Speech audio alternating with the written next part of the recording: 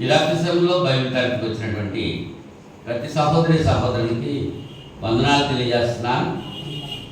అలాగే ఆ యూట్యూబ్లో దేవునికి వాక్యం వీక్షిస్తున్నటువంటి ప్రతి సహోదరి సహోదరునికి చింతపల్లిలో ఉన్నటువంటి క్రీస్తు సభ తరపుగా హృదయపూర్వకమైన వందనాలు తెలియజేస్తున్నామండి.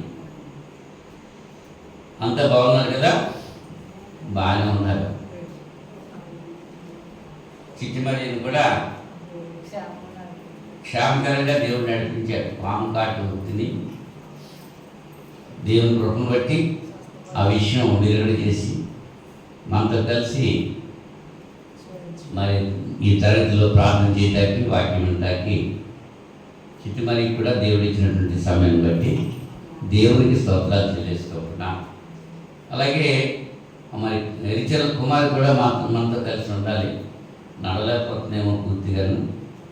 ఆమె కూడా వచ్చింటే బాగుండేది.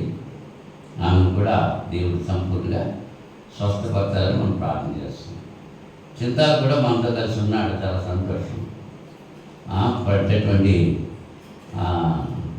ఇబ్బంది లేకుండా నడిచి దేవుని సన్నిధికి రావడానికి దేవుడి కృపను బట్టి దేవునికి స్తోత్రాలు చెల్లిస్తున్నాం. కొలసీ పత్రిక మొదటి అధ్యాయము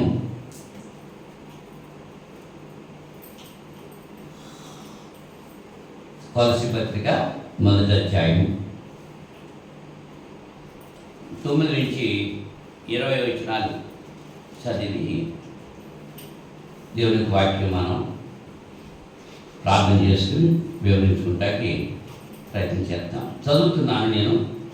కొలస్సీయులకు రాసిన పత్రిక మొదటి అధ్యాయం 9వ వచనం నుంచి.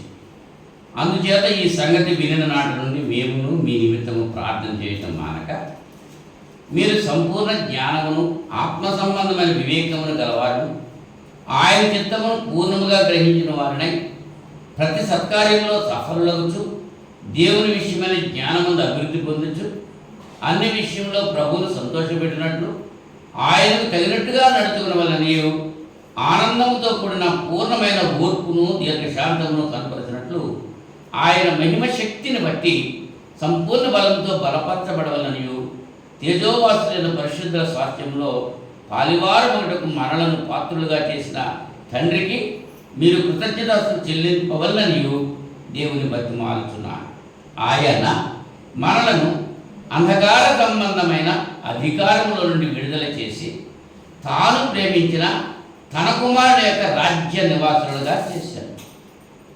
ఆ కుమారుని యందు మనకు విమోచనం అనగా పాపక్షమాపణ కలుగుచున్నది. ఆయన అదృశ్య దేవుని స్వరూపి అయి సర్వసృష్టికి ఆది సంభూతుడై ఉన్నాడు. ఎలయనగా ఆకాశమందున్నవి భూమి యందున్నవి దృశ్యమైనవి కానీ అదృశ్యమైనవి కానీ అవి సింహాసనములైనను ప్రభుత్వములైనను ప్రధానులైనను అధికారములైనను సర్వమును ఆయన యందు సృజించబడిన, సర్వమును ఆయన ద్వారాను ఆయన బట్టి సృజించబడిన. ఆయన అన్నిటికంటే ముందుగా ఉన్నవాడు. ఆయనే సమస్తమునకు ఆధారభూతుడు. సంఘము అను శరీరమునకు ఆయనే శిరస్సు. ఆయనకు అన్నిటిలో ప్రాముఖ్యం కలుగు నిమిత్తము ఆయన ఆది అయ్యుండి మృతుల్లో నుండి లేచుటలో ఆది సంభూతుడాయను. దేవుడు తన వాక్యం మనం ఇంటిలో దీవించి ఆశ్రదించున్నదాకా ప్రార్థన చేసుకుందాం. మహోన్నతుడా, పరిశుద్ధుడా, జీవాధిపతి, సృష్టికర్త, స్వస్థపరిచే యెహోవా మీ పరిశుద్ధ నామానికి స్తోత్రాలు చెల్లిస్తున్నాను తండ్రి.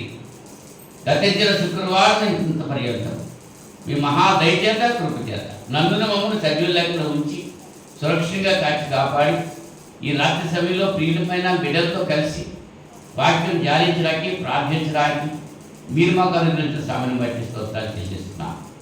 ఇంతవరకు కీర్తన ద్వారా మిమ్మల్ని మహింపరచట్లో సహకరించారు. అలాగే కూడా వచ్చిన ప్రతి బిడ్డను దీవించండి. ఆయన యూట్యూబ్లో వాక్యం వింటున్నటువంటి చూస్తున్నటువంటి ప్రతి బిడ్డను మీరు దీవించి ఆశీర్వదించి మీ కృపలో భద్రపరచండి. కొద్ది సమయము మీ లేఖనాల ద్వారా మీరే నాతో మాతో మాట్లాడి మీ నామకే మహిమ తెచ్చుకోండి. యేసుక్రీస్తు నామములో ఈ ప్రార్థనకి వేడుకుంటున్నా పరలోక తండ్రి, ఆమేన్. మరి ఒకసారి అందరికీ వందనాలు తెలియజేస్తున్నాను. గత పాఠంలో మనం ఆలోచన చేశాము. సంఘము దేవునితో పోల్చబడ్డది, సంఘము దేవుని కుటుంబంతో పోల్చబడ్డది. అంతకుముందు సంఘము శరీరంతో పోల్చబడ్డది, అలాగే దేవుని మందిరంతో పోల్చబడ్డది, అలాగే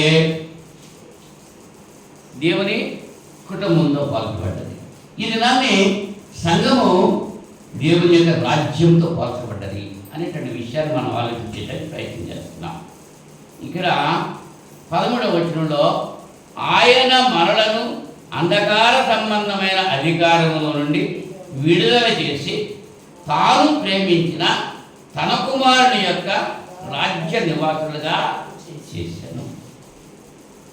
ఆయన అంటే ఎవరండి? దేవుడు. దేవుడు ఎంతమంది?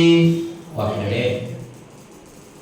తండ్రి అయినటువంటి దేవుడు మనల్ని అంధకార సంబంధమైనటువంటి అధికారంలో నుంచి విడుదల చేసి ఆయన ప్రేమించినటువంటి తన కుమారుని యొక్క రాజ్య నివాసులుగా చేశారు. రాజ్యం ఎవరిది? దేవునిది. దాని మీద అధికారం ఎవరో? కుమారుడైన క్రీస్తు.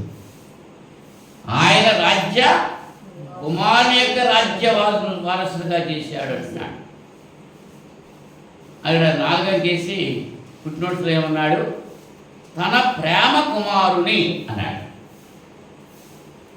దేవుని యొక్క ప్రేమ కుమారుడైన క్రీస్తు యొక్క రాజ్యము, అది సంఘము అనేటువంటి విషయాన్ని ఇక్కడ కూడా మనం చూస్తుంటున్నాం. ఎక్కడ 18వ వచనంలో సంఘము అను శరీరమునకు ఆయనే శిరస్సు, ఆయనకు అన్నిటిలో ప్రాముఖ్యము కలుగు నిమిత్తము ఆయన ఆది అయ్యుండి మృతుల్లో నుండి లేచుట్లో ఆది సంభూతుడు ఆయను. ఈ లేఖనాన్ని బట్టి మనం ఆలోచన చేస్తే సంఘము దేవుని రాజ్యము అనేటువంటి విషయాన్ని మనం ఆలోచన చేస్తున్నాం. దేవుని రాజ్యము మొట్టమొదట లోక సంబంధమైన రాజ్యం గురించి మనం ఆలోచన చేస్తే లోక సంబంధంగా ఒక రాజ్యానికి ఒక రాజు ఉంటాడు. ఆయనకి సలహాలు ఉండడానికి మంత్రి గారు ఉంటారు. వాళ్ళకి సలహాలు ఇంకా ఇవ్వడానికి, కార్యక్రమాలు జరిగించడానికి మంత్రులు ఉంటారు. పరిపాలించబడటానికి ప్రజలు ఉంటారు. ఆ ప్రజలను పరిపాలించడానికి ఒక చట్టం ఉంటుంది. చట్ట ప్రకారంగా పరిపాలన చేయాలి, అవునా? అలాగే ఆ ప్రజలు తప్పులు చేస్తే శిక్షలు ఉంటాయి. ఆ ప్రజలు మంచిగా జీవిస్తే బహుమానాలు ఉంటాయి. ఉంటాయా? ఉంటాయి. రాజ్యంలో రెండు ప్రజలంతా కూడా కలిసి ఉంటారు. కలిసి ఉంటారా? కొట్టుకుంటారా? కలిసే ఉంటారు. మరి ఇంతవరకు మనం ఆలోచన చేస్తే మరి సంఘము అనేటువంటిది దేవుని యొక్క రాజ్యం అంటే, మరి ఈ సంఘంలో రాజు ఎవరో? తండ్రి అయినటువంటి దేవుడు. మంత్రి గారు ఎవరో? యేసుక్రీస్తు వారు. దేవుని తర్వాత యేసుక్రీస్తు ఈ కార్యనిర్వాహాలన్నీ నిర్వహించారు. మరి మంత్రులు ఎవరు? సంఘ పెద్దలు, పరిచారకులు. సంఘములో మనకు అలా చేస్తలేదులే, అవునా? ఈ సంఘ పరిపాలన చేయాల్సింది ఎవరన్నమాట? సంఘ పెద్దలు, పరిచారకులు. అని మరి ప్రజలు ఎవరండి? విశ్వాసులు, రక్షించబడిన ప్రతి ఒక్కరు కూడా. మరి రాజ్యానికి ఒక చట్టం ఉంది, అది రాజ్యాంగం. మన భారత రాజ్యాంగాన్ని డాక్టర్ బిఆర్ అంబేద్కర్ గారు అధ్యక్షతను ఆ కమిటీ వారు రచించారు. రాజ్యాంగం చట్టం అది. మరి సంఘం అనేటువంటి రాజ్యానికి చట్టమేవి? ఇదే చట్టం, బైబిల్ గ్రంథమే చట్టం, అవునా? మరి ఈ సంఘంలో తప్పులు చేస్తే శిక్షలు ఉన్నాయా? ఉన్నాయి. ఉన్నాయా లేవా? ఉన్నాయి. పాపం చేస్తే పాపం వల్ల వచ్చే జీవితం మరణం. మరి మంచి కార్యాలు చేస్తే ఆత్మీయ బహుమతులు వస్తాయి, ఆత్మీయ ఆశీర్వాదాలు వస్తాయి. అవి కనపడతాయా? కంటికి కనపడవు. మరి సంఘంలో ఉన్నటువంటి సభ్యులంతా కూడా ఎలా ఉండాలి? ఏక మనస్సు, ఏక తాత్పర్యము కలిగి ఉండాలి. రాజ్యంలో ప్రజలు ఎలాగైతే ఉన్నారో అలాగే సంఘంలో విశ్వాసం కూడా అలాగే కలిసి ఉండాలి. అంతవరకు అర్థమైందే పాఠం? అయితే మరి ఇంకా లోతుకి వెళ్తున్నాను. ఈ రాజ్యము, సంఘము అనేటువంటి విషయాన్ని మనం ఆలోచించేటానికి, సంఘము అనేటువంటి దేవుని రాజ్యం, సంఘముగా మనం పిలువబడ్డాం. ఎవరు పిలువబడ్డారు? కొరింథీ మొదటి పత్రిక, కొరింథీ మొదటి పత్రిక మొదటి అధ్యాయం మొదటి 2 వచనాల్లో దేవుని చిత్తము వలన యేసుక్రీస్తు యొక్క అపొస్తలుడుగా ఉండుటకు పిలువబడిన పౌలును, సహోదరుడైన సోస్తెనేసును, కొరింథీలో ఉన్న దేవుని సంఘమునకు అనగా క్రీస్తు యేసునందు పరిశుద్ధపరచబడిన వారై పరిశుద్ధులుగా ఉండుటకు పిలువబడిన వారికి మనకును ప్రభువుగా ఉన్న మన ప్రభు అయిన యేసుక్రీస్తు నామమున ప్రతి స్థలంలో ప్రార్థించే వారికి అందరికీ శుభమని చెప్పి రాయాలి. అంటే పిలువబడిన వారు కొరింథీలో ఉన్న దేవుని సంఘమునకు అనగా క్రీస్తు యేసునందు పరిశుద్ధపరచబడిన వారై పరిశుద్ధులుగా ఉండుటకు పిలువబడిన వారు. పరిశుద్ధపరచబడ్డారు. పరిశుద్ధపరచబడిన వారు ఎలా ఉండాలి? పరిశుద్ధులుగానే ఉండాలి. మరణ పర్యంతము పరిశుద్ధులుగా ఉండాలి.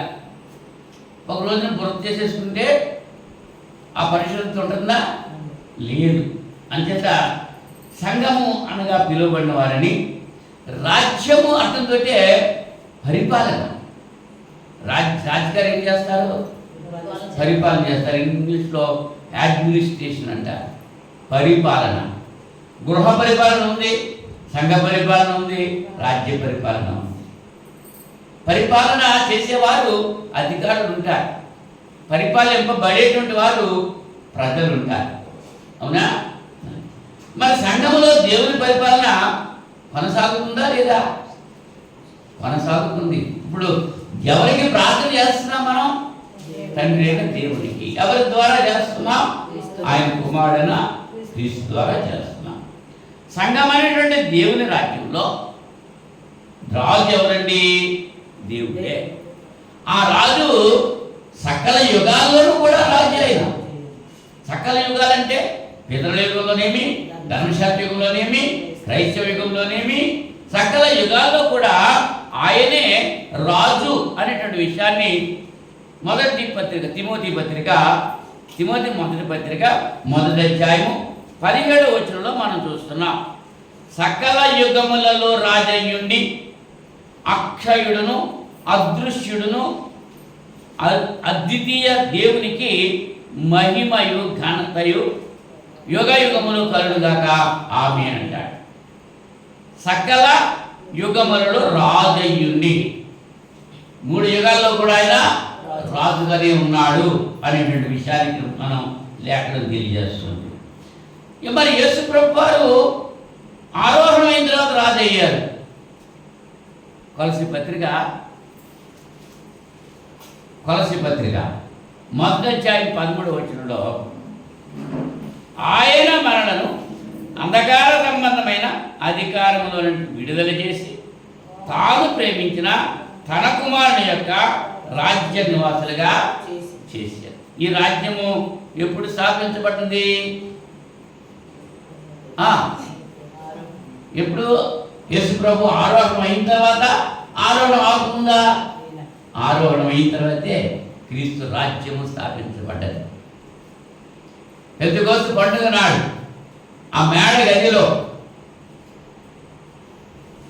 ఉన్నటువంటి వారంతా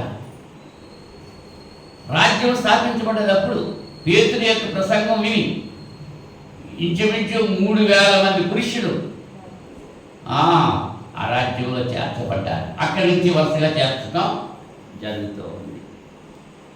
ఈ క్రీస్తు ప్రభు ఆరోహణం అయిన తర్వాత దేవుని రాజ్యం ఏర్పాటు చేయబడింది. దానియేలు గ్రంథం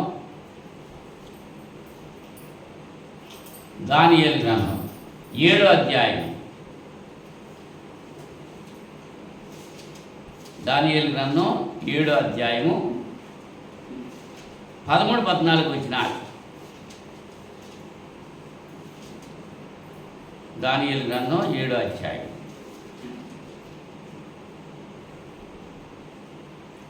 13-14 వచనాలు. రాత్రి కలిగిన దర్శనములను ఇంకనూ చూచుచుండగా ఆకాశ మేఘాలుడై మనుష్య కుమారుని పోలిన వాడు ఒకడు వచ్చి సన్నిధిని ప్రవేశించి ఆయన సముఖమునకు తేబడెను. సకల జనులను రాష్ట్రములను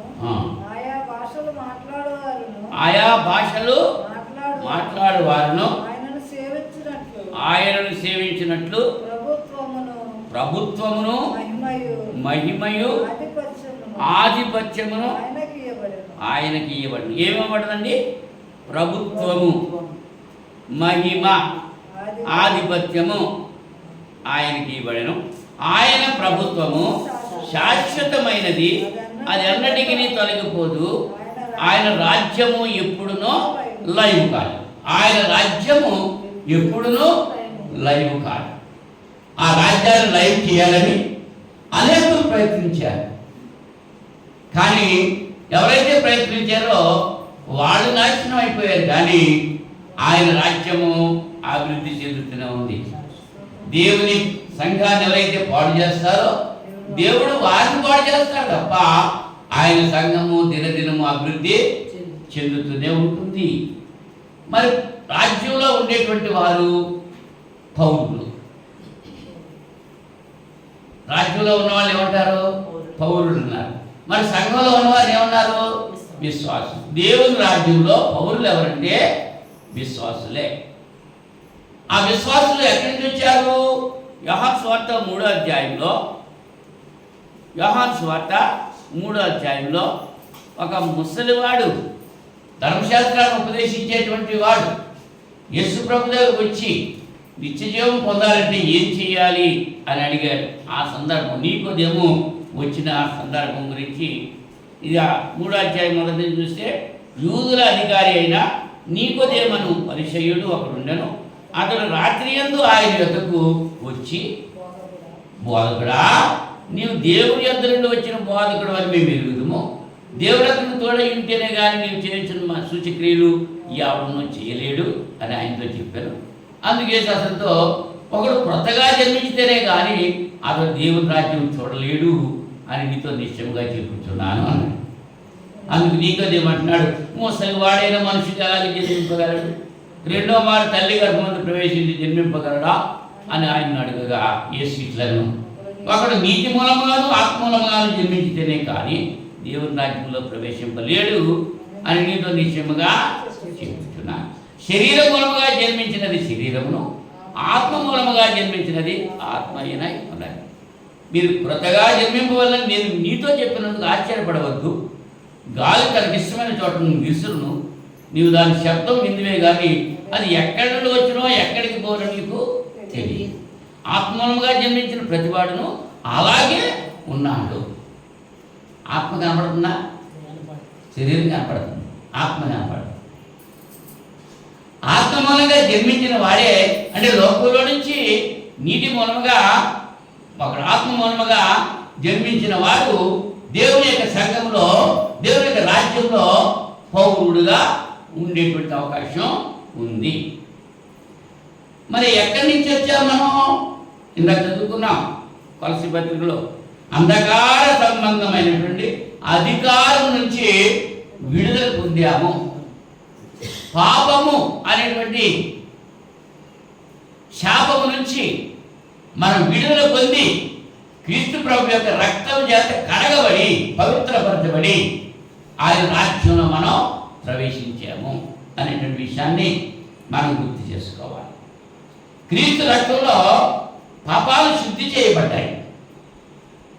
ప్రకటన గ్రంథం 1వ అధ్యాయం 6వ వచనంలో, ప్రకటన గ్రంథం 1వ అధ్యాయం 6వ వచనంలో, మనలను ప్రేమించుచు తన రక్తము వలన మన పాపముల నుండి మనలను విడిపించిన వారికి మహిమయు ప్రభావమును యుగ యుగములు కలుగునుగాక. ఆమేన్. ఆయన మనలను తన తండ్రి యగు దేవునికి ఒక రాజ్యముగాను యాజకులనుగాను చేశాను. ఎవరు చేశారు? యేసు ప్రభు చేశాడు. ఆయన మనలను ఆయన తన తండ్రి యొక్క దేవునికి ఒక రాజ్యముగా యాజకులుగా చేశారు. రాజ్యం ఎవరిదే? దేవుందే. యాజకులు ఎవరో? మనమే. అవునా? ఎవరు చేశారు మనల్ని అలాగా? అంచేత దేవుని వారసులం అని పాట పాడుతున్నాం. దేవుని వారసులం, దేవుని రాజ్య నివాసులం, దేవుని రాజ్య పౌరులము అనేటువంటి విషయాన్ని మనం గమనించాలి. అయితే ఒక రాజ్యంలో పౌరుడు ఎలా జీవించాలి? పౌరుడిగా పౌరుని యొక్క బాధ్యతలు ఏమిటి అని ఆలోచన చేస్తే రాజ్యంలో మనం ఎదుటి వానికి హాని కలిగించకూడదు. రోడ్లు ఉన్నాయి నడవటానికే, మనం నడవచ్చు, నడిచే హక్కు మనం కలిగి ఉన్నాం. ఎదటి వారికి భంగం చేయకూడదు. అందుచేత రోడ్డుకు ఎడమవైపునే నడవాలి. అందరూ ఎడమవైపునే నడవాలి. వాహనాలు కూడా ఎడమవైపునే నడవాలి. లారీలేమి, బళ్ళేమి అన్నీ నడిచేవన్నీ వెళ్ళేవన్నీ ఎడమవైపునే వెళ్తున్నారు. అప్పుడు ఎదురెలా వస్తారా? ఎవరన్నా రాదు. వాళ్ళ ఎడమవైపు వాళ్ళు నడుస్తూ ఉంటారు. మన ఎడమవైపు మనలో నడిచిపోతున్నాం, వాళ్ళ ఎడమవైపు వాళ్ళు నడుస్తున్నారు. వాళ్ళకి వీళ్ళకి అర్థం ఉంటుందా? రాదు. అది క్రమశిక్షణ. అలాగే నడవాలి. అలా నడవకుండా ఉంటే ఏమవుతుంది? తప్పు అవుతుంది, శిక్ష వస్తుంది. నా ఇష్టం, నేను నడుస్తాను అని కుడి పక్కకి వెళ్ళి నడిచావనుకో, మరి రూల్ ప్రకారంగా నడిచి వాళ్ళు ఎడమ పక్కకి నడుస్తున్నారు. నువ్వు వాళ్ళకి ఏమవుతావు? ఎదురు వెళ్ళిపోతావు. ఎదురు వెళ్ళిపోతే ఏమవుతుంది? నువ్వు వెళ్ళేవాడు అక్కడే వస్తావు, అటు వచ్చేవాడు చాలా మంది వస్తున్నారు. అవునా? అంటే అతిక్రమం దాస్తే వద్దెళ్ళాడు. తప్పు చేస్తే శిక్ష ఉంది, అక్కడ బయటనే ఉంది. మరి లోపల లేదా? దేవుని సంఘంలో, దేవుని రాజ్యంలో శిక్ష ఉందా లేదా? ఉంది. మన బాధ్యత. పేతురు మొదటి పత్రిక 2వ అధ్యాయము 9వ వచనంలో, 2వ అధ్యాయం 9. అయితే మీరు చీకటిలో నుండి ఆశ్చర్యకరమైన తన వెలుగులోనికి మిమ్మును పిలిచిన వారి గుణ అతిశయములను ప్రచురము చేయ నిమిత్తము ఏర్పరచబడిన వంశమును, రాజులను, యాజక సమూహమును, పరిశుద్ధ జనమును, దేవుని సొత్తైన ప్రజలనై ఉన్నారు. ఏమంటున్నారు? ఏమంటారమ్మా? మీరు ఏర్పరచబడిన వంశం, రాజులైన యాజక సమూహం, పరిశుద్ధ జనము, దేవుని సొత్తైన ప్రజలు. 4 లక్షణాలు అక్కడ మనం చూసుకుంటున్నాం. మనం ఎవరి ప్రజలం? దేవుని ప్రజలం. మనం పరిశుద్ధులం, పరిశుద్ధ జనము, దేవుని సొత్తైన ప్రజలు, రాజులైన యాజక. మరి ధర్మశాస్త్రంలో రాజులు రాజరికం చేసేవారు, యాజకులు యాజకత్వం చేసేవారు. రాజు యాజకత్వం చేయడానికి వీల్లేదు, యాజకుడు రాజరికం చేయడానికి వీల్లేదు. కానీ ఇప్పుడు రాజ్యం దేవుని దేనింది. దేవుని రాజ్యంలో మనం ఉన్నాం. ఆయన కుమారుడు క్రీస్తు యొక్క రాజ్యంలో మనం ఉన్నాం. మనం యాజకులము, రాజులము, ఇద్దరు కూడా. రాజు చేసే పని చేస్తున్నాము, యాజకుడు చేసే పని చేస్తున్నాము. రాజులైన యాజక సమూహంగా దేవుడు మనల్ని మార్చాడు. రాజ్య పౌరులు ఏం చేయాలంటే ఫలించాలండి. ఏం చేయాలి? ఫలించాలి. మత్తయి సువార్త 21వ అధ్యాయం, మత్తయి సువార్త 21వ43వ వచనంలో, కాబట్టి దేవుని రాజ్యము మీ యొద్ద నుండి తొలగింపబడి దాని ఫలమిచ్చి జనులకు ఇయ్యబడును అని మీతో చెబుతున్నాను అంటున్నాడు. అంటే దేవుని రాజ్యంలో ఉన్నటువంటి వారు ఫలించాలి. ఫలించకపోతే ఆ రాజ్యం మీ దగ్గర నుంచి తీసివేసి ఫలించే వారి దగ్గరికి జనులకు ఇవ్వబడుతుంది అంటున్నాడు.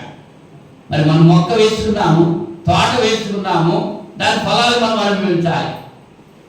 మంద కొనుక్కున్నాము, మంద పాలు మనం తాగాలి.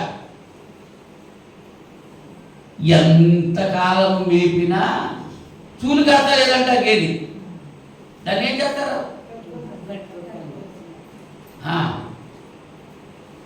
ప్రయత్నం చేస్తారు, డాక్టర్ దగ్గర తీసుకెళ్తారు, వైద్యం చేయిస్తారు. కానీ ఇంకా అయినా చూలు కాస్తలేదు అవి. అప్పుడు ఏం చేస్తారు? ఓ మొక్క వేసాం, చెట్టు తగ్గింది, కాయట్లేదు, దాన్ని ఏం చేస్తాం? ఇప్పుడు దాచుకొని మొక్క వేసారు, ఆకులు వేసేస్తున్నాయి, కాయ ఉండలేదు. ఆ కాయ ఆకులు నరిగేస్తుంటే మళ్ళీ ఆకులు వచ్చేస్తున్నాయి, కాయ మాత్రం వస్తలేదు. మరి అది చెట్టు ఏం చేయాలి? మరి మనము చెట్లమే. ఆ దేవుడు మనల్ని ఫలించమన్నాడు.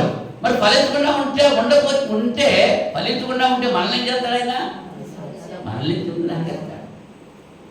అవునా? అది నిజంత ఫలాలు ఫలించాలి. మంచి ఫలాలు, చెడ్డ ఫలాలా? మంచి ఫలాలు. ఫలించకపోతే దానికి ఫలమిచ్చి జనులకు ఇవ్వబడును అంటున్నాడు. ఇప్పుడు తలాంతుల ఉపమానంలో యేసుప్రభు వారు ఒకడు 1 ఇచ్చాడు, ఒకడు 2 ఇచ్చాడు, ఒకడికి 5 ఇచ్చాడు, ఒకటి 10 ఇచ్చాడు. 10 ఇచ్చినోడు 10 సంపాదించాడు, 5 ఇచ్చినోడు మరి 5 సంపాదించాడు, 2 ఇచ్చినోడు మరి 2 సంపాదించాడు. 1 ఇచ్చినోడు ఏం చేశాడు? దాచిపెట్టేశాడు. మరి యజమాని కోపం వచ్చింది. ఆ ఒకటి వాడి దగ్గరికి తీసేసి 10 తలాంతులు గాడి వాడికి ఇచ్చాడు.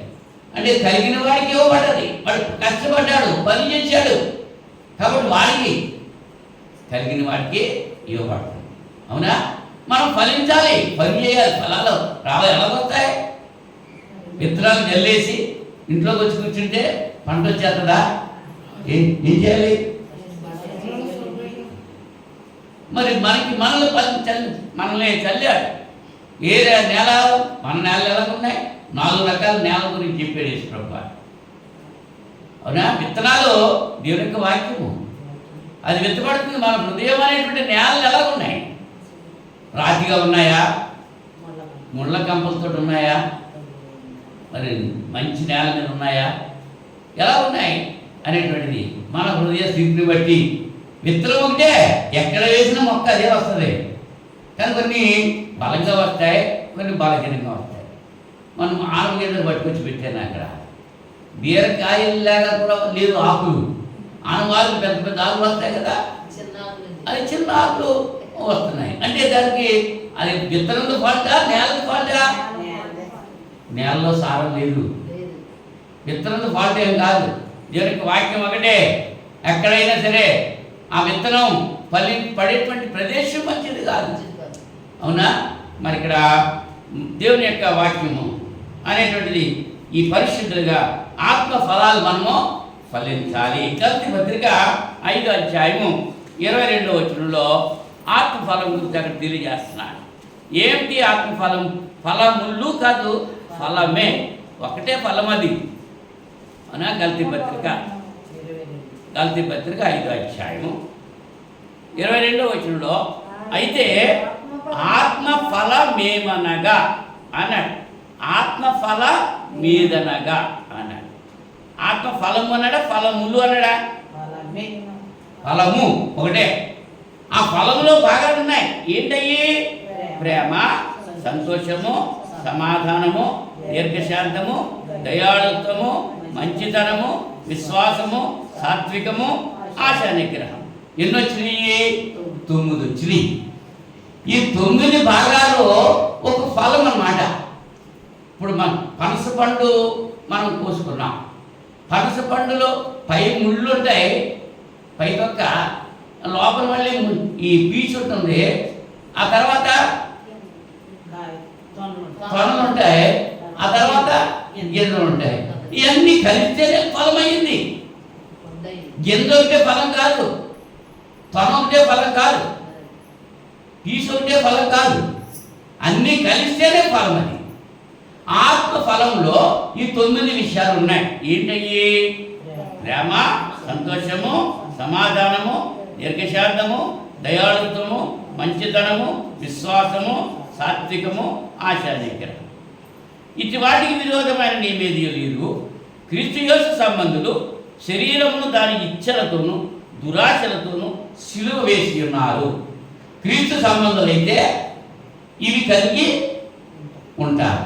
క్రీస్తు సంబంధులు కాకపోతే ఇవి కలిగి ఉండరు. మరి ఏం కలిగి ఉంటారు? 19వ వచనంలో చూడండి. శరీర కార్యములు స్పష్టమై ఉన్నవి. అవేవనగా జారత్వము, అపవిత్రత, కాముకత్వము, విగ్రహారాధన, అభిచారము, ద్వేషములు, కలహము, మత్సరములు, క్రోధములు, కక్షలు, భేదములు, విమతములు, అసూయలు, మత్తతలు, అల్లరితో కూడిన ఆటపాటలు. ఇవన్నీ వచ్చినాయి, 15 వచ్చినాయి. శరీర కార్యాలు 15 వచ్చినాయి. ఆత్మఫలమేమో 9 వచ్చింది. ఏది ఎక్కువ ఉంది? విజయానికి ఎక్కువ ఉంది. శరీర కార్యాలు ఎక్కువ ఉన్నాయి. అది పలువురాడు మాట పాల్చేయి ధరణిలో అన్నాడు. అంటే ఎక్కువ ఏదంటే అదే మెజారిటీ కదా. మన జీవితం ఎలాగుంది? ఆత్మఫలం ఫలిస్తున్నామా? శరీర కార్యాలకు లోబడి ఉంటున్నామా? దేవుని రాజ్యంలో పౌరులు ఆత్మఫలం ఫలించాలి. మంచిగా ఉండాలా, చెడ్డగా ఉండాలా? మంచిగా ఉండాలి. అలాగే దేవుని సంఘం అనేటువంటి రాజ్యంలో పౌరులు ఎలా ఉండాలి? ఆత్మఫలము ఫలిస్తూ ఉండాలి. అంటే పరిశుద్ధులుగా ఉండాలి. కొరింథీ మొదటి పత్రిక 6వ అధ్యాయము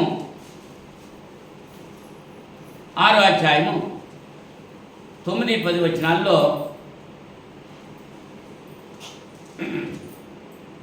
6వ అధ్యాయము 9-10 వచనాలు. అన్యాయస్తులు దేవుని రాజ్యమునకు వారసులు కానేరరు అని మీకు తెలియదా? ఏ రాజ్యం గురించి మాట్లాడుతున్నాం? దేవుని రాజ్యం గురించి. దేవుని రాజ్యంలో ఎవరికి చోటు లేదు? అన్యాయస్తులకి చోటు లేదు. అన్యాయస్తు అంటే నువ్వు దేవుని రాజ్యంలో లేవన్నమాట.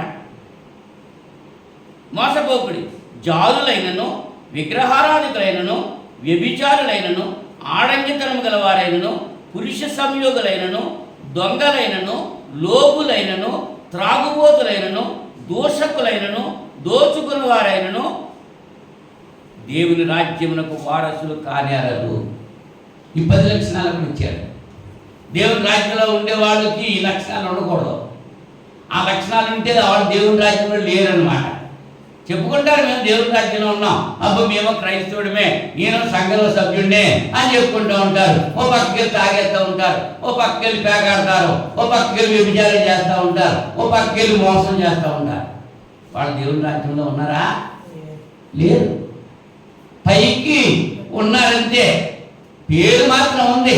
అంచేత నువ్వు జీవించుతున్నావు అని పేరు మాత్రం ఉంది, కానీ నువ్వు మృతుడివే. పేరున్నంతే, పేరుంటే సరిపోద్దా అని చెప్తున్నాడు ఇక్కడ. దేవుని రాజ్యంలో ప్రజలు పరిశుద్ధులుగా ఉండాలి. ఇంకెలా బ్రతకాలి? నీతిగా బ్రతకాలి, సమాధానంగా ఉండాలి, ఆనందంతో బ్రతకాలి. రోమపత్రిక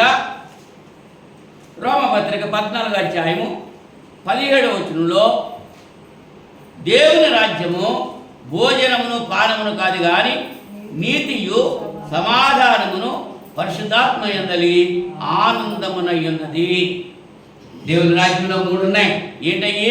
నీతి ఉంది, సమాధానం ఉంది, పరిశుద్ధాత్మ యందలి ఆనందం. ఈ 3 ఎక్కడైతే ఉంటాయో అక్కడే దేవుని రాజ్యం ఉంది. అంటే దేవుని రాజ్యంలో ఉన్నామని చెప్పుకుంటూ మనం ఈ 3టిని కలిగి ఉండాలి. నీతి కలిగి ఉండాలి, సమాధానం కలిగి ఉండాలి, మరొకటి ఏం కావాలి? పరిశుద్ధాత్మను కలిగి ఉండాలి. శుద్ధమైన హృదయంతో నీతిగా జీవిస్తూ ఉంటేనే దేవుని రాజ్య పౌరులు ఆ పౌరసత్వాన్ని కలిగి ఉంటారు అనేటువంటి విషయాన్ని మనం గుర్తించాలి. మరి ఈ రాజ్యంలో అంతా మీరేనా? శ్రమలు లేవా? ఉన్నాయి. ఏ రాజు, శత్రు రాజు వచ్చి రాజ్యం మీద యుద్ధం చేయడా? ఇప్పుడు మన మధ్య రష్యాకి మరొక దేశానికి ఏ దేశం ఇరాన్నా ఇరాక్ యుద్ధం జరిగింది. అంటే ఎవరెవరికో యుద్ధం ఎక్కడ చేస్తున్నారు? ప్రధాన ఉండేటువంటి ప్రదేశంలో బాంబులు వేస్తున్నారు. అవునా? ఆసుపత్రుల మీద జనసందోహం ఎక్కువగా ఉన్న చోట బాంబులు వేస్తున్నారు. అంటే ఎవరు చచ్చిపోతున్నారు? మరి ప్రజలకి ఎవరు తెలుసా యుద్ధం సంగతే? లేదు. అలాగే సంఘంలో సాతాను గారు ఏం చేస్తున్నాడంటే యుద్ధం చేస్తూ విశ్వాసం మీద బాణాలు వేస్తున్నాడా లేదా అని చేత అనేక శ్రమలు వస్తూ ఉంటాయి. అపొస్తలుల కార్యాలు 14వ అధ్యాయం, అపొస్తలుల కార్యాలు 14వ అధ్యాయం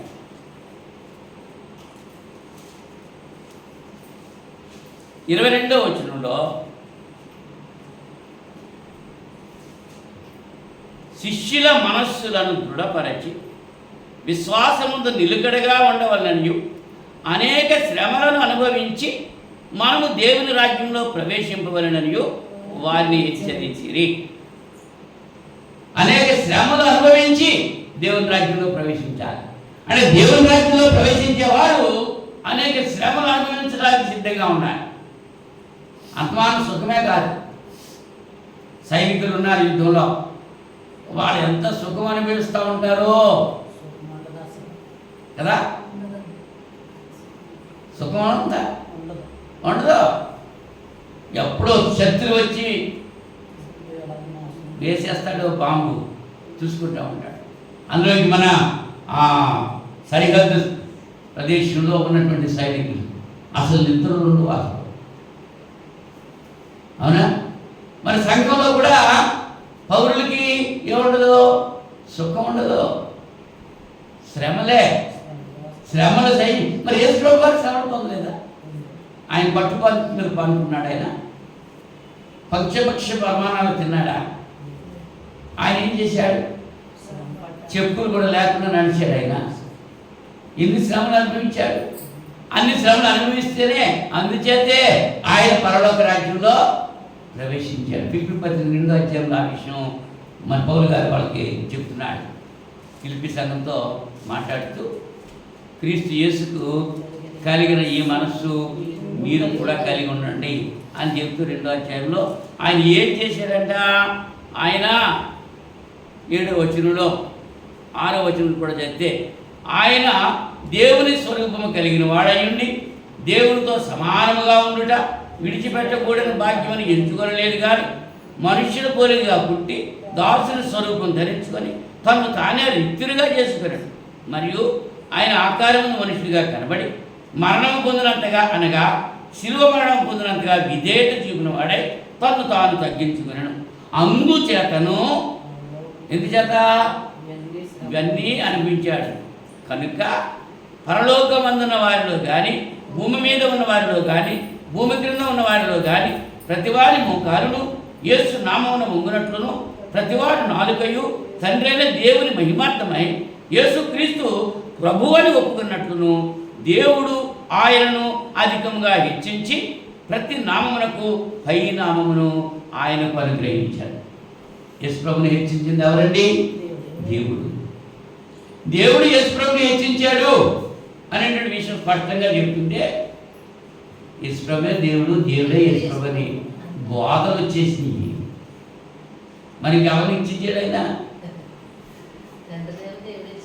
తండ్రి కుమారుణ్ణి హెచ్చించాడు. ఈ బోధ సుబోధ వినటానికి ఇష్టపడరు. అవునా? ఇంచేత దేవుని సంబంధం అయితే దేవుని మాట వింటాడు, లోక సంబంధంతో లోక మాట ఉంటాడు. పరిశుద్ధ గ్రంథంలో స్పష్టంగా ప్రస్ఫుటంగా వ్రాయబడ్డది ఏమది? ప్రతివారి నాలుకయు తండ్రి అయిన దేవుని మహిమార్థమై యేసుక్రీస్తు ప్రభువాన్ని ఒప్పుకున్నట్లును దేవుడు ఆయనను అధికంగా హెచ్చించి ప్రతి నామమునకు పై నామమును ఆయనకు అనుగ్రహించెను. స్పష్టంగా వ్రాయబడ్డది. అనేక శ్రమలు అనుభవించాడు ఆయన. మనం కూడా ఆ శ్రమను అనుభవించాల్సిన అవసరత ఉంది. క్రైస్తవ జీవితం అంటే మరి డంలపు పరుపు కాదండి, ముళ్ళ బాట. శ్రమలు ఉంటేనే అంచేత శ్రమలు సహించే మనసు నాకు ఇయ్యని చెప్పి మనం ప్రార్థన చేయాలి. శ్రమ వస్తే సరిపోదు, ఏం చేస్తా, దేవుడు అక్కర్లేదు పారిపోతున్నాం అంతే. శ్రమలు సహించుకోవాలి, సహించుకుంటేనే 10 దినములు శ్రమలు కలుగుతాయి, ఓర్చుకో నీకు జీవ కిరీటం నేను ఇస్తాను అంటున్నాను. రాజ్య పౌరులు మనం అలాగే కష్టపడి మనం శ్రమలు వచ్చి మనం రాజ్యంలో ఉంటే మనకు వచ్చేటువంటి బహుమానం ఏంటయ్యా అంటే అన్నీ కూడా మనకు ఇస్తారు. ఏమి? మత్తయి సువార్త 6వ అధ్యాయం 33వ వచనంలో, మత్తయి సువార్త 6వ అధ్యాయం 33వ వచనం.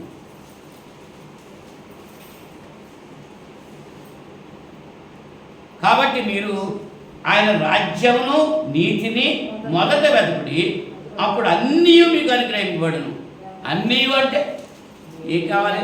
ఆ పైన ఉన్న చూసారా 31వ వచనం నుంచి 31వ వచనం నుంచి ఉంది. ఏమి తిందుమో, ఏమి త్రాగుదుమో, ఏమి ధరించుదుమో అని చింతించకుడి, అన్ని జనులు వీటన్నిటి విషయమై విచారించరు. ఇవన్నీ మీకు కావాలని మీ పరలోకపు తండ్రికి తెలియను. కాబట్టి మీరు ఆయన రాజ్యమును నీతిని మొదట వెతకుడి, అప్పుడు అవన్నీ మీకు అనుగ్రహింపబడు. ఇస్తాడండి ఆయన? ఎవడా ఇస్తాడా? అనుమానమా? ఎంతమంది అనుమానం పడుతున్నారు? ఈయన ఇస్తాడు కదా, ఈయన ఇస్తాడు. మరి ఎందుకు ఆ దగ్గరికి వెళ్ళి ముహూర్తం పెట్టుకుంటున్నారు? పెళ్లి చేయాలంటే అక్కడికి వెళ్ళిపోవాలి. ఎన్నింటికి? ఇల్లు కట్టుకోవాలంటే ఎక్కడ? శంకుస్థాపన ఎక్కడ? ఎన్నింటికి? మొన్న ఒక ఆయన చెప్పారు పాస్టర్ గారు, ఈ ఊళ్ళోనే గృహప్రవేశానికి పిలిచారండి ఒక ఆయన. ఆయన పేరు ఎవడో చెప్పలేదు కదా. రాత్రి 12 గంటలకి ఎప్పుడో ముహూర్తం అంట గృహప్రవేశం. లేదా మనుషులు ఎవరైనా తిరుగుతారా? మనుషులు తిరిగే టైం అనేది కాదండి. అప్పుడే పాస్టర్ గారు రమ్మన్నాడంటే ఈ పాస్టర్ గారు వెళ్ళారట అక్కడికి వెళ్తే ఎక్కడైతే టైం సరిగా కూర్చున్నారు. ఆ పైనకి ఇచ్చేసి మీరు ఇక్కడ పడుకొని నేను కేకేస్తాను అన్నాడంట. వీళ్ళకి ఎట్లా నిద్రడుతుందో నిద్ర వస్తే మళ్ళీ వెళ్ళిపోతుందో రాదు అని చెప్పి ఆ పాస్టర్ గారు మెలుగుగా చూస్తారే ఉన్నాడంట. అది చూస్తుంటే ఆయన కిందకు వచ్చేస్తున్నానంట. టైం దగ్గరికి వచ్చేసింది కదా అని కిందకు వస్తున్నాడు. అబ్బాయి ఎప్పుడే రాకుండా అన్నాడండి. మరి ఏం చెయ్యాలండి? ఒక దూడను తీసుకొచ్చి అందులో తిప్పాడంట. ఆ లోపల తిప్పేస్తున్నాడండి. లోపల గృహప్రవేశాలు ఆ లోపల తిప్పేస్తుంటే అప్పుడు ఈ పాస్టర్ గారు వచ్చారంట. చూశాడంట. ఏమయ్యా తిరిగింది కదా, రావచ్చా? ఆగండి అది 2 వేయాలి, 1 వేయాలి. అప్పుడు కానీ దాన్ని బయటకు పంపను, మిమ్మల్ని లోపలికి రా.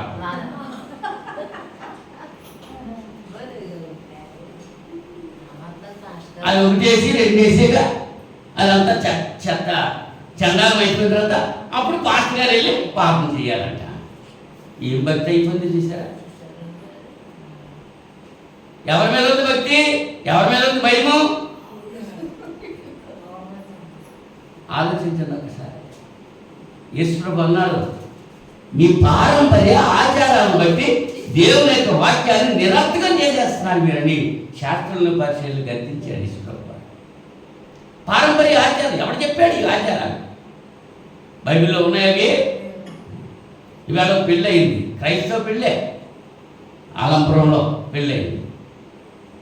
మళ్ళీ మేనమామ చుట్లు ఎక్కాలంట. ఆ మేనమామ చుట్లు ఏంటి? ఎక్కడి నుంచి వచ్చినాయి? ఏమొచ్చినాయి? ఆచారం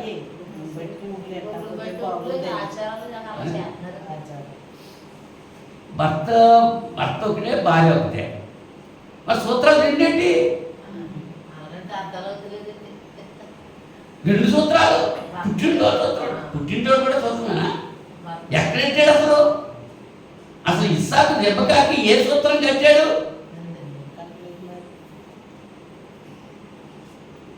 ఉందా? బైబిల్లో లేదేమో కావాలంటున్నాం. బైబిల్ చెప్పిందేమో వద్దంటున్నాం. మరి అదే కదా చేసింది. శరీర కార్యాలు కావాలనుకుంటున్నాం, ఆత్మఫలం ఫలించడానికి ఇష్టపడలేదు. దేవుని రాజ్యంలోనే ఉన్నామంటే ఇహమందు నువ్వు దేవుని యొక్క రాజ్యము, ఆ నీతిని నువ్వు ఎదిగితే నీకు ఏది కావాలంటే అది వస్తుంది. ఆయన ఇస్తాడు. ఆయన మీద నిరీక్షణ ఉందా? ఆయన మీద విశ్వాసం ఉందా? గలిలయ సముద్రంలో పడవ వెళ్ళిపోతుంది. ఆ పడవలో శిష్యులు ఉన్నారు, యేసు ప్రభు వారు ఉన్నారు. అన్ని పడవల మీద గాలి రాలేదు, తుఫాను రాలేదు, కానీ ఈ పడవ మీదే, యేసు ప్రభు ఉన్న పడవ మీదే వచ్చేసిందంట. అది ఊగిపోతుంది. నీళ్ళేమో లోపలికి వచ్చేస్తున్నాయి, పడవలోకి వచ్చేస్తున్నాయి. ఈ శిష్యులు ఏం చేస్తున్నారు? లవదీపం అంటున్నారు. యేసు ప్రభు వారు కాముగా మెదలకుండా ఉన్నారు, ఆయన నిద్రపోతున్నారు.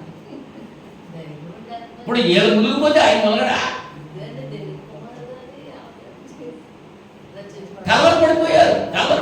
ప్రభువా ప్రభువా మేము నశించిపోతున్నాం, నీకు చెందలేదా అని కలిపింది. ఆయన లేకపోతే ఆయన లేచి లేకపోతే అల్ప విశ్వాసులారా మీరెందుకు భయపడ్డారు? అల్ప విశ్వాసం అంటే విశ్వాసం లేదన్నమాట. విశ్వాసం లేకపోతే పిశాచే. విశ్వాసం అంటే మంచిదే, లేకపోతే పిశాచే, అంతే కదా. కాళ్ళకి తాళ్ళు కట్టుకుంటున్నారు, మొండలో తాళ్ళు కట్టుకుంటున్నారు, గంటలకు తాళ్ళు కట్టుకుంటున్నారు, పాత్రకి వస్తున్నారు. మరి ఏ నీ విశ్వాసం? నువ్వు విశ్వాసం పిశాచవా? ఆలోచన చేసుకోవాలి. ఆయన రక్షకుడని, ఆయన శక్తి కలిగి వాడని, ఆయన సర్వశక్తి మంత్రులని, సర్వోన్నతుడని, సర్వాంతర్యాలని నువ్వు తెలుసుకుంటే ఇలాంటి పనులు చేస్తావా? దేవుని ఎరగని రీతిగా ఉంటున్నాం, అవునా? ఎరుగని రీతిగా ఆయన మన మీద కృప చూపుతున్నాడు. ఓకే, దేవుడు ఆయన ఎందుకు భయభక్తులు కలిగి ఆయన బిడ్డలుగా ఆయన రాజ్యంలో పౌరులుగా మనం జీవిస్తే మనకు కావాల్సినవన్నీ ఇస్తాడు. ఈ లోకంలోనే, పరలోకంలోనున్నా, ఈ లోకంలోనూ పరలోకంలో కూడా. లూకాసు వార్త 18వ అధ్యాయం, లూకాసు వార్త 18వ అధ్యాయం 28వ వచనం నుంచి, పేతురు ఇదిగో మేము మాకు కలిగినవి విడిచిపెట్టి నిన్ను వెంబడించిదమనగా ఆయన దేవుని రాజ్యము నిమిత్తమై ఇంటినైనను, భార్యనైనను, అన్నదమ్ములనైనను, తల్లిదండ్రులైనను, పిల్లలనైనను విడిచిపెట్టిన వాడెవడును ఇహమందు చాలనట్లును పరమందు నిత్యజీవమును పొందకపోడని నిశ్చయముగా మీతో చెప్పుతున్నానండి. వారి ద్వారా పేతురు గారు అడిగేశాడంట, నాయనా మేము అన్ని విడిచిపెట్టేసాం, మరి మాకేంటి అన్నాడంట. ఏం చెప్తున్నాడు ఆయన?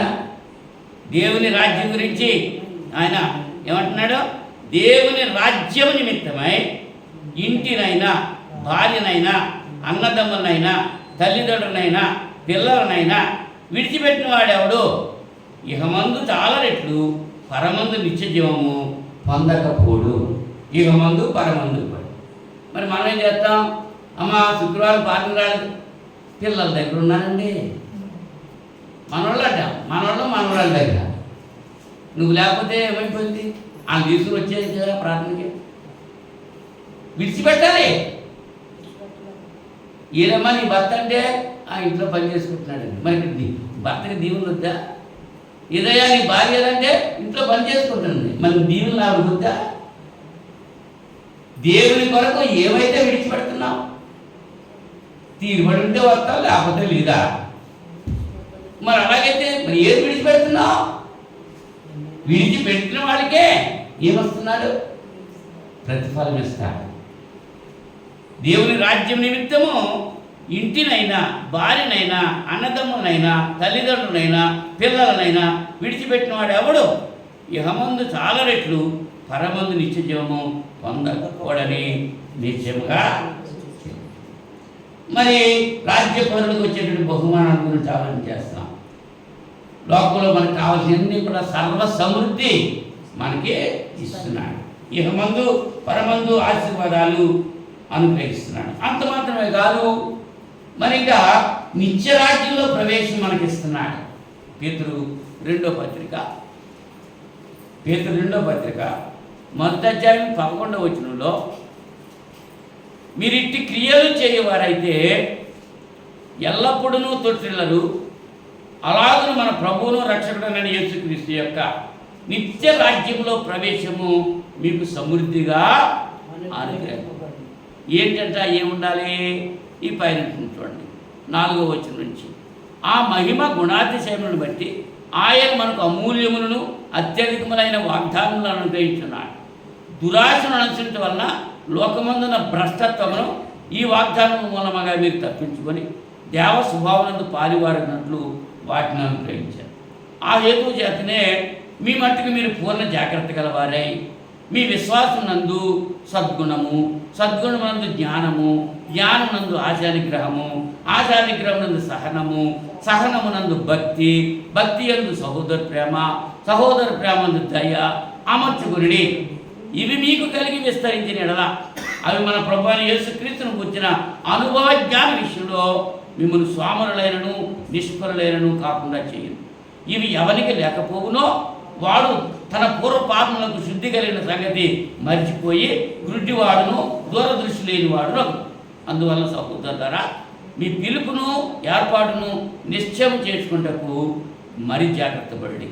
మీరు ఇట్టి క్రియలు చేయవారైతే ఎప్పుడునూ తొట్టిల్లరు, అలాగనే మన ప్రభువును రక్షకుడైన యేసుక్రీస్తు యొక్క నిత్య రాజ్యంలో ప్రవేశం మీకు సమృద్ధిగా అనుగ్రహం. అంత మాత్రమే కాదు, దేవునికి మనం అప్పగింపబడతాం. సాధారణంగా అప్పగించబడాలా? దేవునికి అప్పగించబడాలా? దేవునికి మనం అప్పగించబడుతున్నాం. కొరింథీ మొదటి పత్రిక 15వ అధ్యాయం 24వ వచనంలో, 15వ అధ్యాయము 24వ వచనంలో, అటు తర్వాత ఆయన సమస్తమైన ఆధిపత్యమును, సమస్తమైన అధికారమును, బలమును కొట్టివేసి తన తండ్రి అయిన దేవునికి రాజ్యము అప్పగించును. అప్పుడు అంతము వచ్చు. అవునండి, ఇక్కడ ఏం చెప్తున్నాడు? సమస్తమైన ఆధిపత్యం, సమస్తమైన అధికారం, బలము కొట్టివేసి తన తండ్రి అయిన దేవునికి రాజ్యము అప్పగించును. రాజ్యం అవుదే దేవుందే. ఏర్పాటు చేసింది ఎవరు? క్రీస్తు ప్రభు. దేవుని కొరకు మనుషులు కొన్నాడు ఆయన కొరకు కొనుక్కోలేదు. ప్రకటన గ్రంథం 5వ అధ్యాయము 9వ వచనంలో, ఆ పెద్దలు, నీవు ఆ గ్రంథమును తీసుకుని దాని ముద్రలు విప్పుటకు యోగ్యుడవు, నీవు వధింపబడిన వాడవై నీ రక్తమిచ్చి ప్రతి వంశములోను, ఆయా భాషలు మాట్లాడే వారిలోను, ప్రతి ప్రజలోను, ప్రతి జనములోను దేవుని కొరకు మనుష్యులను కొని మా దేవునికి వారిని ఒక రాజ్యముగాను యాజకులుగాను చేసింది కనుక వారు భూలోకమందు ఏలుతున్న క్రొత్త బాట పాడు. ఎవరి కొరకు కొన్నాడండి మనుషులు? దేవుని కొరకు. ఏమిచ్చి కొన్నాడు? ఆయన రక్తం ఇచ్చి కొన్నాడు. ఇంకెవరైనా కొన్నారా? మరి దేవుని కొరకు ఆయన రక్తం ఇచ్చి కొనబడితే మనం ఎవరి కొరకు జీవించాలి? ఎవరి రాజ్యంలో మనం ఉన్నాం? దేవుని రాజ్యంలో మనము ఉన్నాం. దేవునికి అప్పగింపబడుతున్నాం. అప్పుడు అంతము వస్తుంది. ఒకవేళ మనం ఫలించలేదనుకోండి, ఆయన రాజ్యంలోనే ఉండి ఫలాలు ఫలించలేదు, అప్పుడేమవుతుంది? మత్తయి సువార్త 21వ అధ్యాయము, మత్తయి సువార్త 21వ అధ్యాయం 43వ వచనంలో, 21వ అధ్యాయము 43వ వచనంలో, కాబట్టి దేవుని రాజ్యము మీ యొద్ద నుండి తొలగింపబడి దాని ఫలమిచ్చు జనులకు ఇయ్యబడును అని మీతో చెప్పుతున్నాను. అంటే మీరు ఫలించకపోతే మీ దేవుని రాజ్యం మీ యొద్ద నుంచి తొలగింపబడి దాని ఫలమిచ్చేటువంటి జనులకు ఇవ్వబడు. మీరు ఫలిస్తారా? మంచిదే. ఫలించకపోతే రాజ్యం మీ దగ్గర నుంచి తీసేయబడు. నిత్య జీవం అన్నదే ఉండదు. అవునా? ద్రాక్ష తోటలో ఉన్న అంజూరపు చెట్టు ఉపమానం యేసుప్రభు అని చెప్పారు.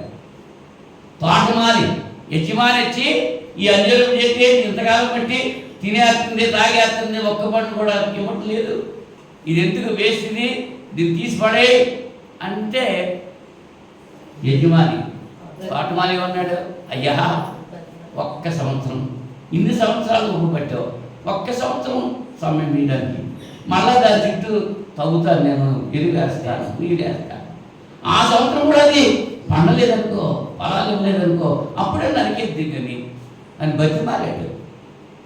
మన పరలోక తండ్రి మన గురించి అలాగే అంటున్నాడు,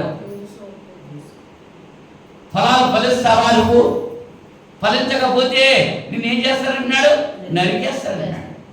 ఆయన రాజ్యంలో ఉండి ఆయన పెట్టేటువంటి ఆహారం తింటూ, ఆయన ఇచ్చేటువంటి వస్త్రాలు కట్టుకుంటూ, ఆయన ఇచ్చేటువంటి నివాసంలో ఉంటూ ఆయన కొరకు ఫలం ఫలించకపోతే ఇంకెందుకు నువ్వు వేస్ట్ అని తీసి పడేస్తాడు. తోటమాలు అడుగుతున్నాడు, బతిమాలుతున్నాడు. హెబ్రీ పత్రిక 7వ అధ్యాయంలో ఇట్టి ప్రధాన యాజకుడు మనకే సరి అయిన వాడు అంటున్నాడు. దేవుని సన్నిధిలో ఉండి మన కొరకు విజ్ఞాపన చేస్తున్నాడు మన ప్రధాన యాజకుడు అనేటువంటి యేసుక్రీస్తు. అవునండి, మన కొరకు విజ్ఞాపన చేస్తున్నాడు, ఆయన వీళ్ళు తప్పు చేస్తున్నారు క్షమించండి అంటున్నాడు, తెలియక చేస్తున్నారు క్షమించండి, మన గురించి విజ్ఞాపన చేస్తున్నాడు అక్కడ ఆయన. కానీ దేవుడు ఊరుకుంటాడా? మార్పు చెందకపోతే సమయం ఇచ్చారుగా, అందుకనే ఇంకా వాళ్ళని లోపల ఉంచాడు, లేకపోతే తీసిపోతాడు ఆయన. మనసు ప్రతివాడికి సమయం ఉంది. ప్రసంగం అంటాడు ప్రతిదానికి సమయం ఉంది. పుట్టడానికి సమయం ఉంది, పెరగడానికి సమయం ఉంది, చావడానికి సమయం ఉంది. ఇవి అర్థంలో నేనే చచ్చిపోవాలి అనుకుంటే చచ్చిపోతావా? ఇంకా ఎక్కువగా బతకాలి అంటే బతుకుతావా? బతకవు. ప్రతిదానికి సమయం ఉంది కనుక ఈ సమయం ఇంకా దేవుడు ఇచ్చాడంటే ఆయన రాజ్యంలో మనం ఉన్నాము, ఆయన రాజ్య పౌరులుగా మనం ఉన్నాము. ఆయన పౌరులుగా మనం తగినట్లుగా ప్రవర్తించాలి. పన్నులు కట్టలేదనుకో పౌరులు ఏం చేస్తారు? పన్నులు ఇప్పుడు కరెంటు బిల్లు కట్టలేదు, ఏం చేస్తాడు? ఫీజు రాకపోతాడు. ఇంటి పని కట్టలేదు, ఏం చేస్తాడు? కుళాయి పని కట్టలేదు, ఏం చేస్తాడు? సీలే చేస్తాడు. మరి అలాగే మనం కూడా పన్ను కట్టాలి కదా ఆయన్ని.